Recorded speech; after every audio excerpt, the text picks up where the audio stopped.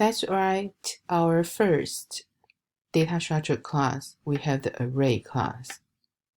So remember, any data structure actually is an object. So on the other hand, I want to define a class to create that kind of object. So the first class we will create is an array class. So this array class actually we do very limited array class. So this array class actually just wrap and array into a class container. So we have some getter function, setter function to give it behavior they need. So this array actually will look like this. So we will create an array, but they only with the default size and the default type. So for example, I create an array class, it's capital array. So then I using the class type, I have the object called A.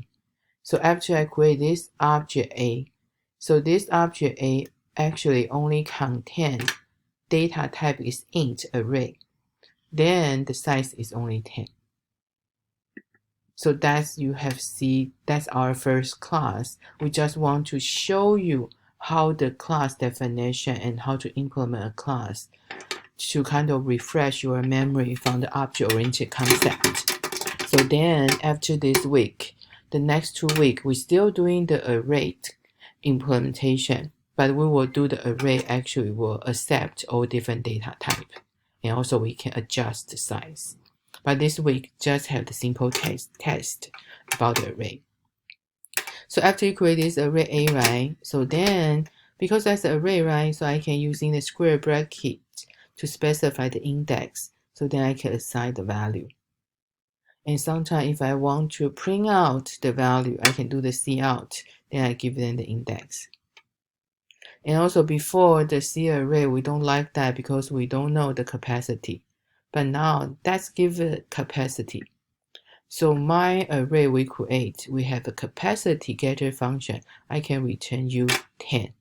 Unlike earlier, I say the example we do 10. Okay. Besides that, also we have the range safe. What does that mean? Because remember, our array only have size 10, right? So then if I put the 100, then I try to assign a value.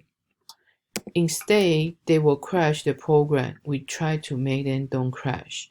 We just still let them run, okay? But they won't affect our program because anyway, user give the 100 is invalid. So right, so we have a default capacity, we have default value for our array. So how should we write that? Okay, so here is the array we show you like this. That's a class name. So then, like we say, they need to be able to get capacity. Okay, so then before I really show you how to write square bracket getter function, setter function, we're just using a function name first. So this one just show you, oh, maybe I can have a function. You give me the index, I assign the value. Okay, so your class definition like this. Capacity, I just return 10. Okay, so then you will see, right, I have a setter function to set the index with the value. I have a getter function to get the index with the value. Then because that's a class, right? Earlier we say this our array only have the int data type and the size 10. So now here I just want you to show you using this function name, even if this one is not our final version, but I just want to show you here how to handle auto bound index. So the first one, we just see the range safe. How should we do that? So this one is the setter function. You give me the index and the value. So I will assign our array index with the value. Okay, but you see here, only when your index is valid, I do something for you. Otherwise, I do nothing. Okay, right? Because you see, if a negative 100, should I assign the value? No, I do nothing. Okay. Or we have a getter function. I just want to return the value. So that's why if the index is not invalid, right? if index less than 0 or greater than 10, they are invalid, right? Invalid, I still need to return something. So I return 0. Other than that, that means if here is not true, that means the index is valid. So then I will return the value. So here I just want you to show you how we will do the range save control. So when we have the index is invalid, then we don't need to worry about how to set the value.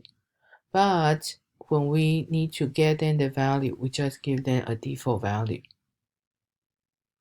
Okay? But that's finished the most important thing. Okay? So then our array, besides we have this 3-member function. Later, these two I will change to the operator square bracket function. But capacity and everything look like we have 3-member function, right? But don't forget, when you define a class, we have one important function. That's the constructor function. Okay? So you say why I need a constructor? You need a constructor because earlier you only declare C array. Remember, C array is what? C arrays assign you the memory location, but those memory location value, they are a mystery box. So we don't want to surprise user. So that's why since we write in a class, right? So that's why our constructor, if you forgot, what is constructor? Constructor is some special function, special member function.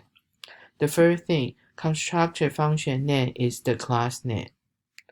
Constructor function doesn't have return type. So then constructor function will be never being called directly as the member function. Okay, so that's why here let's give it the constructor function you see here. That's our array constructor function. So what we need to do for this constructor function? Yeah, we just need to assign default value for each index. So since our index is from 0 to 10, so we just assign each element default value 0, because we only do the integer. Okay, so we need to add the constructor function in our public interface. But are you happy with this class definition? No, I'm not happy with that because we have the setter function, we have the getter function, but that's the array. I need to use the square bracket, so that's why user will understand. So right, the next one I want to show you. Our array class at the end, actually the member function will look like this. Okay, that's our member function. So the first thing, that's constructor. So that's capacity, getter function. But the square bracket, they need to be, the getter function and setter function need to be like this. So let's talk about the square bracket, getter and setter function.